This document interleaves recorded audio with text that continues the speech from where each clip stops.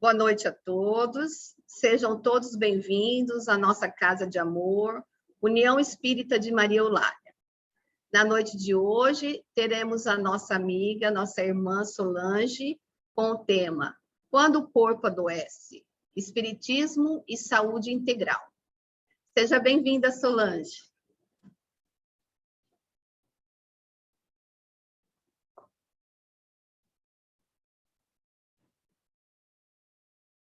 Boa noite. É com muita alegria que estamos aqui nesta casa, no presencial, com os irmãos online, trabalhando este tema tão caro, nesse retorno, nesses 2 últimos anos que vivenciamos. Estamos aqui para dialogar sobre a saúde integral. A saúde física, ela é temporária. A saúde integral é a do nosso espírito imortal, que sairemos do corpo e entraremos em outros corpos para produzirmos a saúde integral. Então, nesse contexto, a nossa referência é o Evangelho de Jesus, a sua doutrina. Há 164 anos foi publicado o livro, trazendo à humanidade o Consolador prometido por Jesus. A morte é apenas deixarmos o corpo físico. E saúde, muitos de nós poderemos nascer com doença congênita e sermos considerados doentes por toda a encarnação. Mas ali pode viger um espírito no ensinamento, no aprendizado, muito superior àqueles de nós que nenhuma doença física tiver. Lembremos-nos, então, que nesse binômio corpo-espírito, cada um de nós trará as provas e as expiações necessárias ao seu aprendizado. Jesus, nosso modelo e guia, adoeceu. Porque enquanto espírito crítico, espírito puro, não mais passa por esse processo. Mas nós, que aqui estamos, nessa transição planetária, provas e expiações para a regeneração, ainda adoeceremos. Física, emocional, espiritualmente. De acordo com a Organização Mundial de Saúde, o conceito foi estendido para um completo bem-estar físico, mental, social, e não apenas a ausência de doença ou enfermidade. Há muitas pessoas com muitos diagnósticos, mas estão bem. E muitos de nós sem nenhum diagnóstico, de acordo com o Código Internacional de Doença, mas nos sentimos doentes. Então, talvez muitos aqui tenham algumas doenças que usam medicamentos. Vamos lembrar do nosso Chico Xavier. Chico usava muitos comprimidos. E graças a ele, sobreviveu 92 anos, para nos deixar um profundo legado de amor, de justiça e de caridade. A gente tem o nosso Divaldo, com mais idade do que o nosso Chico. É saúde. A nos deixar legados, de exemplo, de amor, de fidelidade ao Cristo. Então, nessa transitoriedade, lembremos-nos que, de acordo com a doutrina espírita, é este o binômio. Saúde integral é o espírito e o corpo.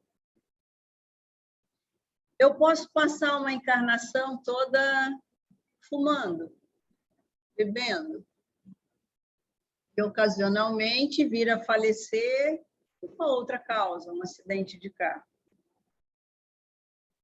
Mas houve uma lesão no meu corpo espiritual. Eu fiz mau uso das leis de liberdade. E por causa e efeito, eu posso renascer de forma expiatória no corpo físico, graves lesões do fígado. Já nascendo criança, precisar do transplante hepático. Posso nascer com graves lesões no meu pulmão. Posso, já criança, precisar de um transplante pulmonar. Então, é importante que nós entendamos que a lei de causa e efeito não é uma lei punitiva, é educativa. Eu posso nascer com asma. E, obviamente, pela compreensão que terei da doença, é melhor eu não fumar nessa encarnação. Melhor eu ter bons hábitos, distanciar dos poluentes do ar, especialmente as drogas, o tabaco, o narguilé, a maconha. Vou tratar minha asma, vou conviver com ela. Mas eu posso ficar sem sintomas. E a nossa saúde mental? Como nós estamos diante desse momento tão significativo? A gente foi colocado dentro dos nossos lares, neste templo doméstico, para refletirmos sobre as nossas condutas, sobre a nossa escolha. Por providência divina, não houve uma guerra atômica, onde aquele que implode a bomba também iria desencarnar. Não foi assim. A guerra do vírus, nenhuma bomba atômica pôde implodir. E aí nós, irmãos de humanidade, fomos convocados a buscar a vacina. E nos 4 cantos do mundo, ela foi necessária, está sendo necessária. Mas também a vacina da solidariedade, da fraternidade, a vacina da união, independentemente de sexo, de poder aquisitivo, de raça, cor e de religião. Todos nós paramos as igrejas, as casas espíritas, para que nós nos uníssemos, se quiséssemos sobreviver por mais algum tempo. Poderia ter sido muito pior, mas a providência divina interviu por nós. E aí todos fomos convocados a nos unir e a caminhar com mais saúde.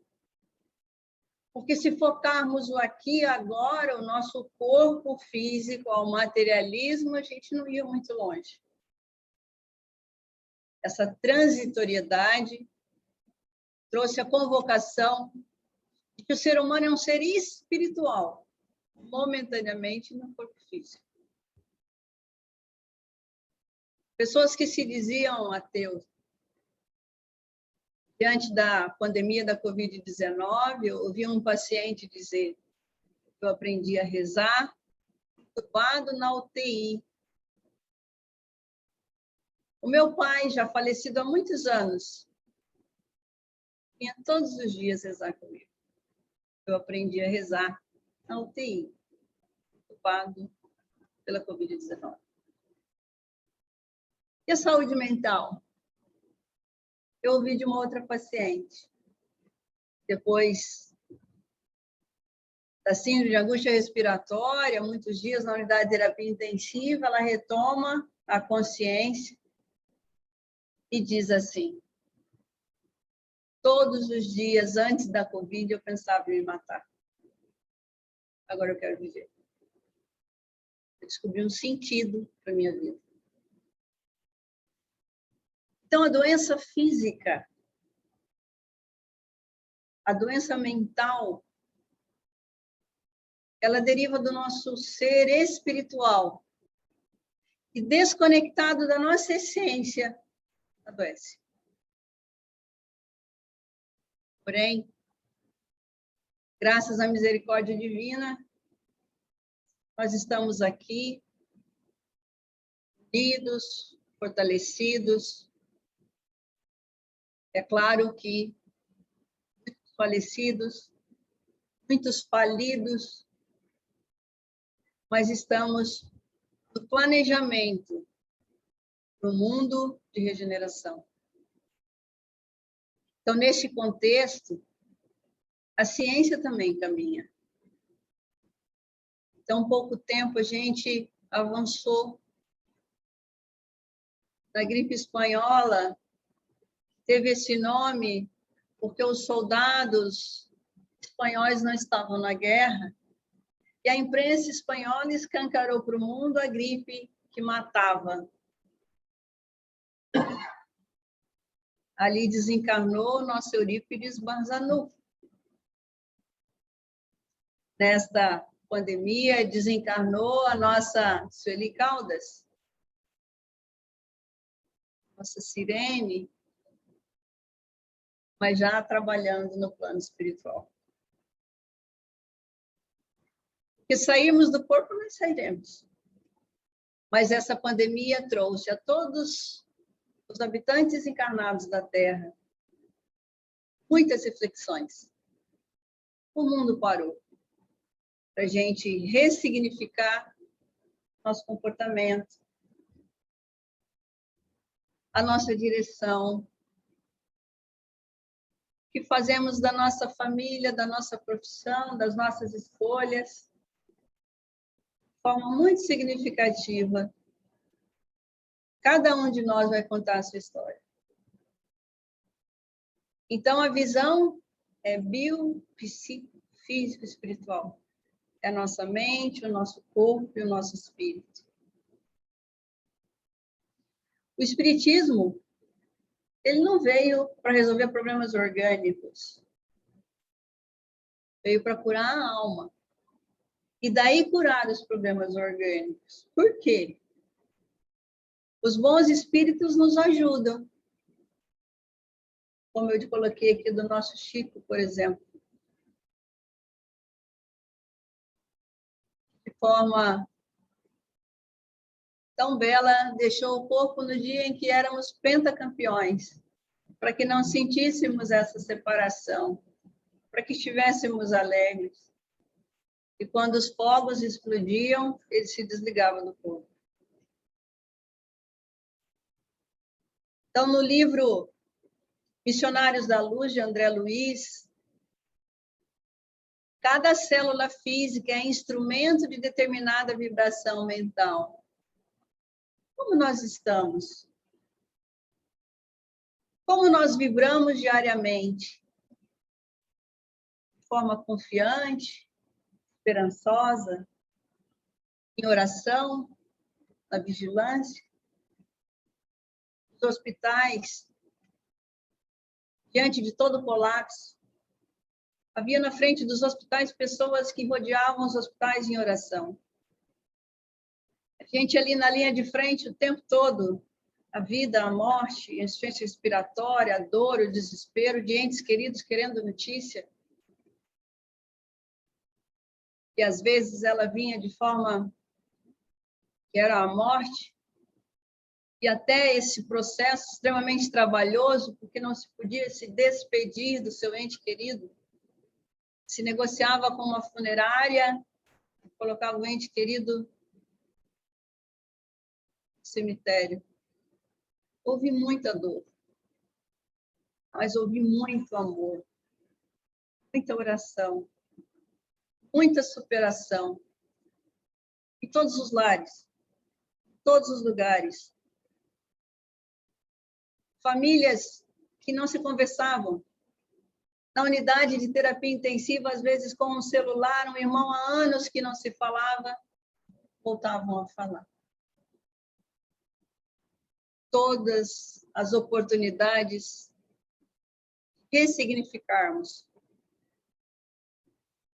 Isso é muito importante, porque foi um período em que a lei do progresso e a lei da destruição andaram juntas, de forma muito veloz. Portanto, neste processo, o estudo da ciência por meio da fé traz uma complementação ao modelo biológico vigente, favorecendo a prática da saúde integral. E como nessa questão do Livro dos Espíritos, qual o tipo mais perfeito que Deus tem oferecido ao homem para lhe servir de guia e modelo? Jesus. Jesus curou muitas pessoas. Todas elas morreram um dia. Algumas voltaram a adoecer na própria encarnação. Foram curadas por Jesus. Não persigamos, irmãos, não ter doenças. Busquemos a saúde, sim, mas não só do corpo físico. Porque se estiver na conta da minha vida uma doença orgânica, uma doença degenerativa. Houve um inglês cientista, teve uma doença degenerativa chamada esclerose lateral amiotrófica.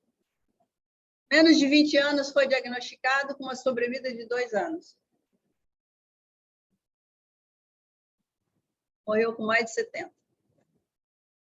Escrevia livros por mensagens de umas teclas que o computador traduzia. E avançou bastante na ciência, não se permitindo as limitações. Então, cada um de nós vai ter o seu processo. Alguns de nós terá doenças mais para frente. Esse carro não tem como trocar nesta encarnação. Então, a gente arruma algumas peças, dá algumas medicações, pode até transplantar alguns órgãos, mas a gente vai com ele até o fim. Então, façamos bom uso do jumentinho, segundo Francisco de Assis. Teve inúmeras doenças, mas a encarnação de João, mais dócil dos apóstolos, deixou o legado do amor, da fidelidade a Jesus. É importante que cuidemos, sim, bons hábitos, alimentação saudável, atividade física, meditação, oração. Lembrando sempre de onde estamos. Essa questão do Evangelho segundo o Espiritismo, no capítulo 3, item 6 e 7, fala da nossa Mãe Terra. Mundo de provas e expiações. Figure-se a Terra como um subúrbio, uma penitenciária, no sítio Malsão. Portanto, aqui teremos, sim, doenças. Temos pandemias, outras. Existe a pandemia do egoísmo, existe a pandemia do orgulho, existem processos a que nós aqui encarnados somos convocados a ressignificar. Então, nesse momento, é gratidão a Deus, a nossa conduta, por tudo que aprendemos, por tudo que nos foi oportunizado nessa pandemia. Como é bom abraçar, né? Como é bom estar no presencial e sentir essa energia aqui da Casa União Espírita Maria Eulália. sentiu muita falta disso. Mas como a gente não deixou o corpo, a gente pôde estar aqui, dar valor a isso. Então, neste processo, a questão 258 do Livro dos Espíritos, quando na erraticidade, antes de começar nova existência corporal, tem o espírito consciência e previsão do que lhe sucederá no curso da vida terrena? Nós pedimos para encarnarmos diante deste momento tão significativo que foi oportunizado. Pelo amparo do Consolador que Jesus nos prometeu. Sairmos do corpo, ou se nossos entes queridos saíram, só saíram do corpo, saíram da vida. Coração em ação. Então, os espíritos respondem. Ele próprio escolhe o gênero de provas porque há de passar e nisso consiste o seu livre-arbítrio. Interessante que nesse processo da pandemia, houve grupos de risco, alguns critérios que a gente tinha muito claro, as pessoas sem nenhuma comorbidade entravam nos hospitais e não saíam. E que claramente elas davam os sinais que estavam indo. Muito importante a oração. Pessoas se mantinham serenas. Diante daqueles cenários de insuficiência respiratória, muita gente serena em oração, resignada. A minha hora chegou. E muitos dos que ficaram ali inconscientes,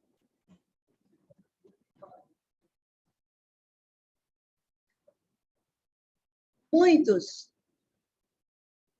no aparelho por longos dias. Seus entes queridos vendo todo o desespero daquela situação, quando retornaram, estavam tranquilos, não viram nada, não lembram de nada, praticamente daquilo tudo que a família viu. Qual é a diferença? Não é o que o corpo está passando, mas o que o espírito ali conectado está vivenciando. É claro que muitas pessoas, com aquela compreensão que a gente tem, às vezes, quando a hora está chegando, compreende que se for, não vai voltar. É físico. Mas a morte não dói. Então, que não fiquem as famílias, como muitas ficaram. Como foi? Será que ele se desesperou? Eu gostaria de estar ali, eu gostaria de saber. Conversem com aqueles que voltaram. A diferença é a oração, a vigilância, a entrega, a respiração.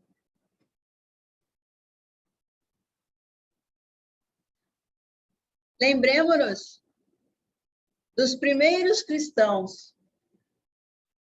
Agora somos convocados a trabalhadores de última hora. Mas todos eles, com exceção de João, tiveram morte violenta. João morreu velhinho na ilha de Patmos e nos deixou o Apocalipse. Estamos vivendo. Todos os outros, sem exceção, foram para o sacrifício. E qual é o nosso sacrifício?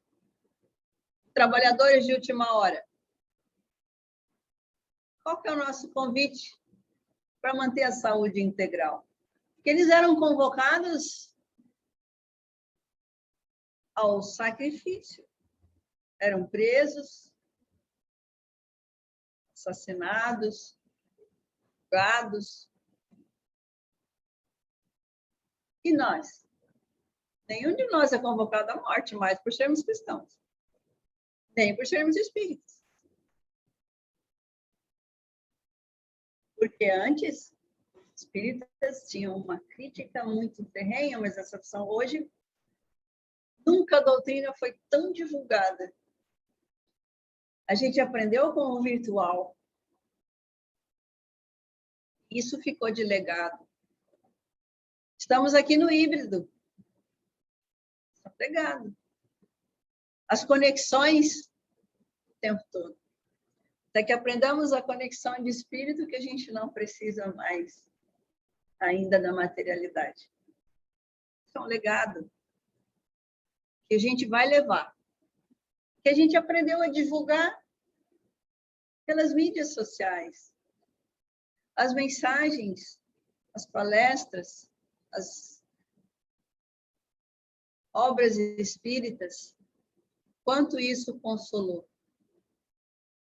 Quanto isso, cada um de nós aqui tem a sua história de como chegamos na doutrina. Então, nesse livro Conflitos Existenciais, de Joana de Angelis, ela coloca uma série de situações que nos levam a adoecer. A drogadição, estresse, ciúme, medo, e o nosso vazio, e o distanciamento. Então, neste momento de reflexões, não nos faltou obras básicas, diárias,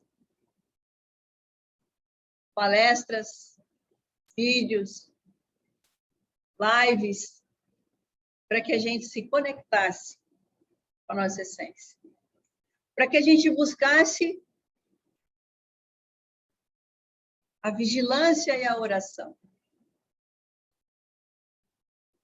E agora, aos poucos, como antes nós tivemos que ficar só no virtual, agora, aos poucos, a gente vai voltando ao presencial. Com o que aprendemos, e aí, naturalmente, também assim na educação, também assim nas casas espíritas, é um retorno, mas nenhum de nós está igual.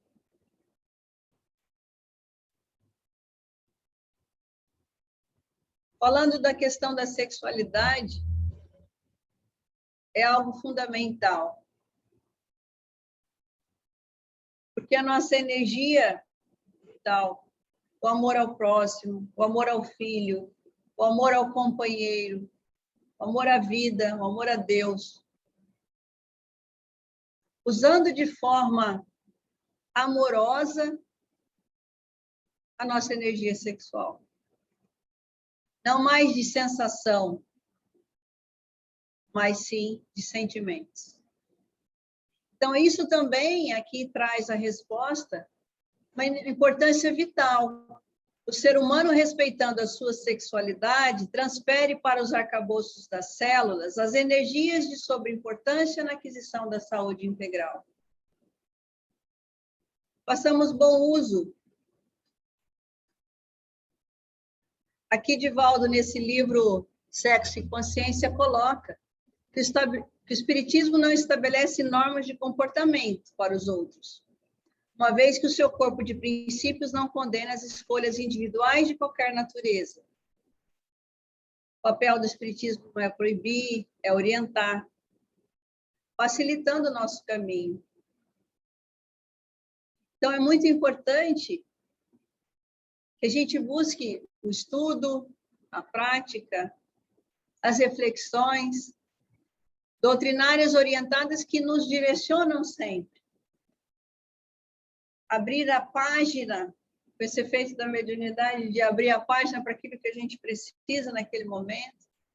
Esse exercício diário de nos mantermos vigilantes, em oração, no aprendizado, no acolhimento. E nessa retomada muito significativa é que um dos maiores desafios que a gente teve, sim, foi essa pandemia. O Brasil tem os números, mas quais as lições do coronavírus?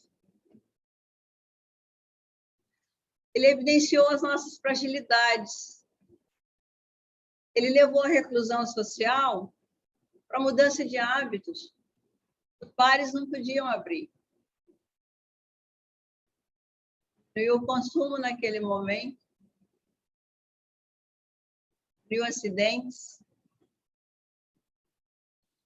mas por efeito colateral, é importante que a gente avalie as nossas prioridades. Mas a gente foi convocada a se revoltar ou se humanizar.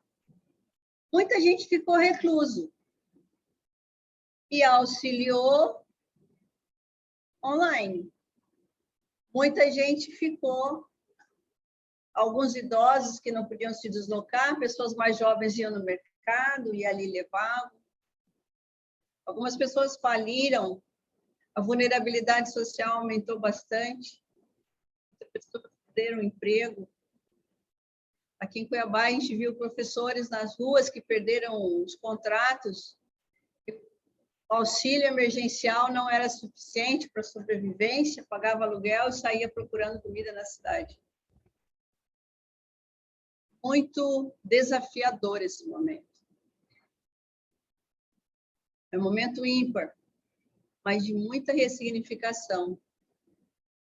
De olhar a dor do outro, da sua dor, fazer disso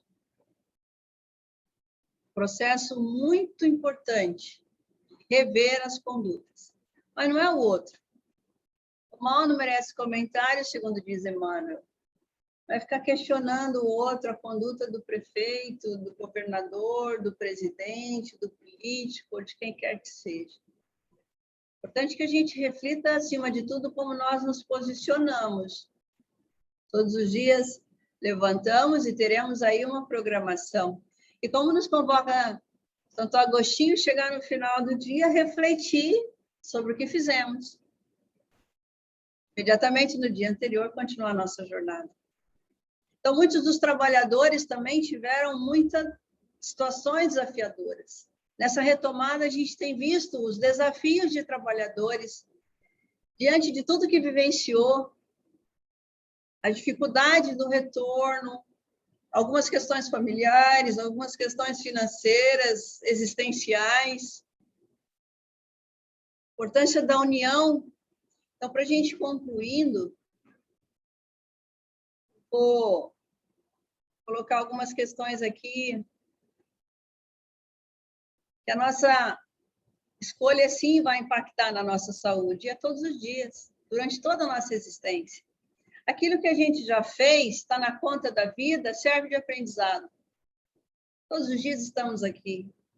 Podemos aí fazer o nosso melhor onde a gente estiver.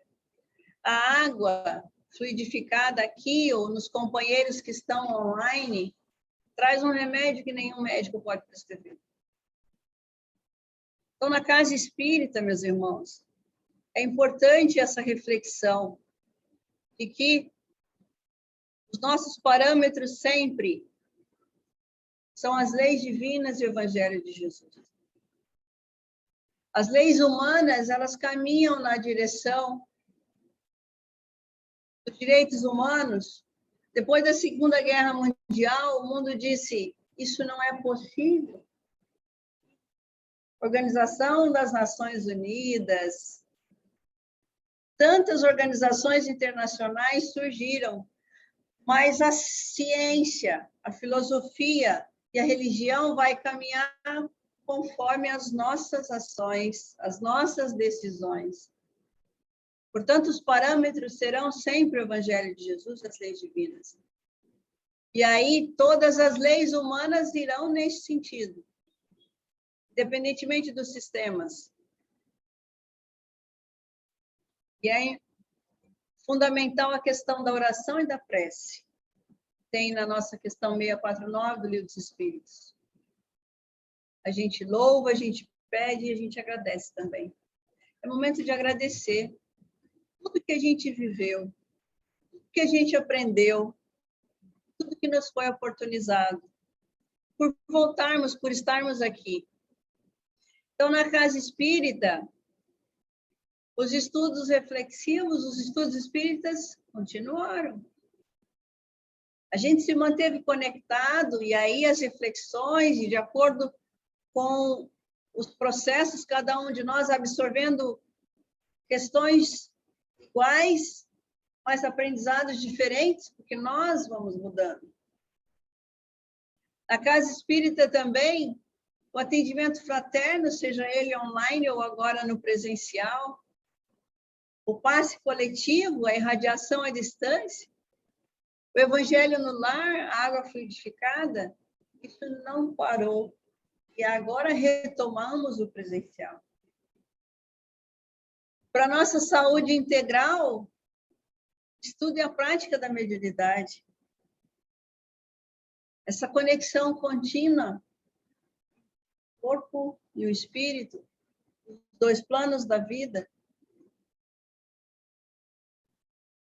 Na Casa Espírita também, aí este momento importante de acolhermos os trabalhadores nas mais diversas dificuldades. Por que será que algum dos trabalhadores se distanciou? Quais os conflitos e dores que ele vivencia? Quais as dificuldades para retomar o trabalho presencial neste momento? Então, acolhamos, dialoguemos, passamos esse espaço de convivência, um espaço de ouvir-nos, de acolhermos, de caminharmos juntos, porque programamos isso. A área da promoção social espírita, desafios se avolumam, a área social tem uma programação na Federação Espírita Brasileira com as regiões, toda uma plataforma online construída para capacitação permanente, aprendizado da utilização das políticas públicas e os processos. Os irmãos privados de liberdade ficaram também reclusos, mas o número de mortes foi muito pequeno pelo isolamento. E agora que se retoma as visitas presenciais há quase 2 anos sem visita de seus entes queridos. Mas permaneceram vivos. Então, é fundamental que a gente possa usar de toda a compreensão e possibilidades que a Casa Espírita traz. Sim?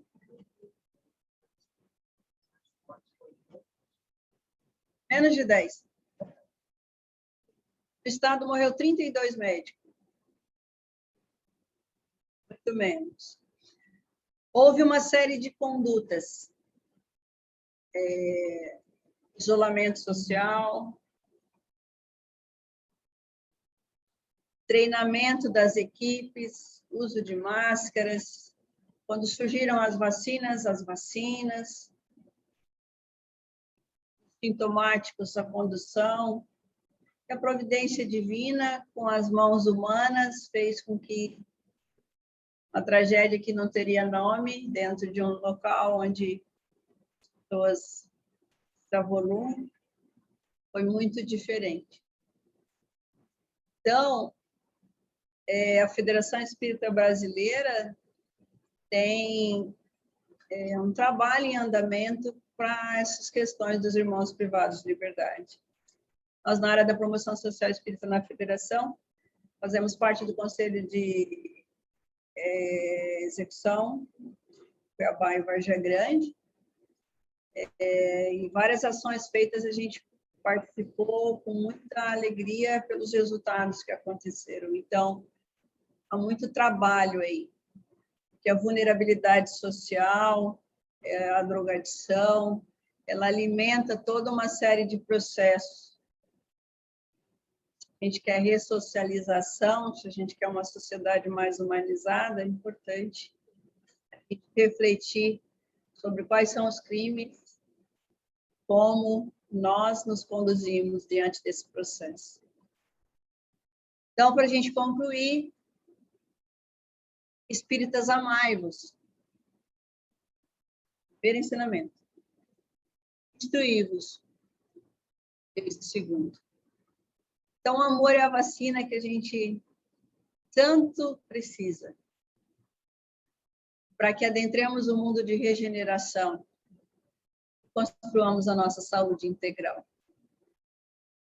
Muita paz. Vamos orar? Jesus, pastor de nossas almas, eis-nos aqui, diante do Consolador que nos prometeste, para agradecer as experiências que vivenciamos na nossa encarnação, os ensinamentos na direção da nossa saúde integral, que possamos, a cada dia, Jesus, nos dar as mãos, caminhando no bem que nos faz bem. Gratidão, Jesus, por esta casa que nos acolhe em teu nome. Aqui os irmãos, trabalhadores e aqueles nas mídias sociais. Ampara, Jesus, a retomada dos trabalhos, a vigilância e, acima de tudo, que vivenciemos o vosso evangelho onde estivermos. Aos nossos irmãos, nos albergues, nos abrigos, nos presídios, nas ruas, nos hospitais, nos lares em desalinho, em todos os lugares, Jesus. Que o vosso chamado possa ecoar. Ide evangelizai a todas as gentes, como fizestes aos 500 da Galileia. Que possamos nós, Jesus, a cada momento, nos melhorar na direção da terra regenerada. Ampara, Jesus, a nossa irmã humanidade. Que o vosso evangelho seja sempre a diretriz de amor, justiça e caridade. Que assim seja.